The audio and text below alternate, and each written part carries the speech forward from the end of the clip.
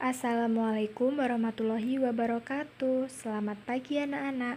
Hari ini kita akan belajar mata pelajaran fikih bab Toharoh. Toharoh itu apa ya anak-anak? Toharoh itu menghilangkan hadas, najis, dan kotoran dari tubuh yang menyebabkan tidak sahnya ibadah atau yang lainnya dengan menggunakan air atau tanah yang bersih. Nah, anak-anak, ketika kalian membuang air besar atau buang air kecil, setelah itu kalian harus melakukan toharoh, yaitu menghilangkan hadas dan najis. Hal-hal yang terkait dengan buang air menurut ajaran Islam yaitu kalian bisa membuka buku halaman 4. Halaman 4 itu terdapat hal-hal yang terkait dengan buang air menurut ajaran Islam. Nah, di situ ada 12 poin anak-anak. Poin yang pertama yaitu hendaknya buang air di tempat yang tertutup. Jadi, jika kalian mau buang air, kalian harus mencari tempat yang tertutup seperti kamar mandi. Jangan buang air di sungai. Di sungai itu kan sangat terbuka, anak-anak. Nah, poin yang kedua, dilarang buang air sembarang tempat, seperti di air yang tidak mengalir, di tepi jalan, di bawah pohon tempat berteduh, di lubang-lubang tanah, tempat tinggal binatang. Jadi tidak boleh buang air di tempat yang sembarangan. Harus pada tempatnya.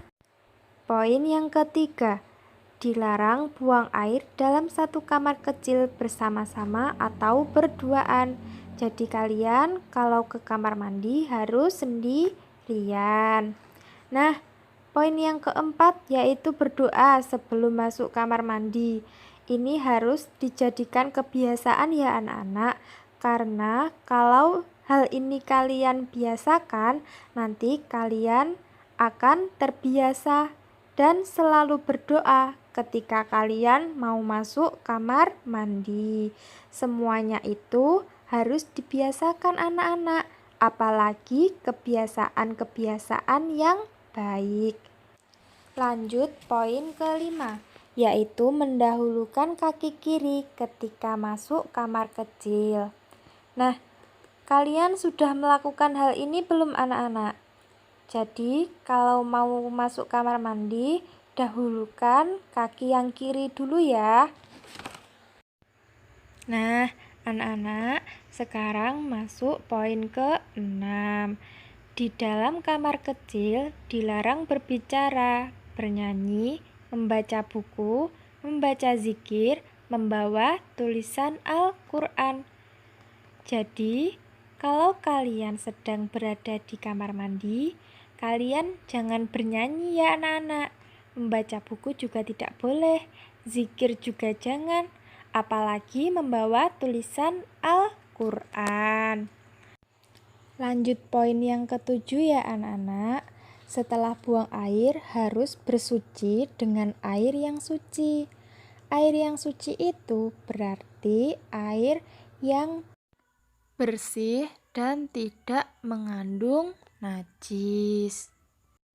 Nah, anak-anak, lanjut pada poin yang ke-8 dan ke-9.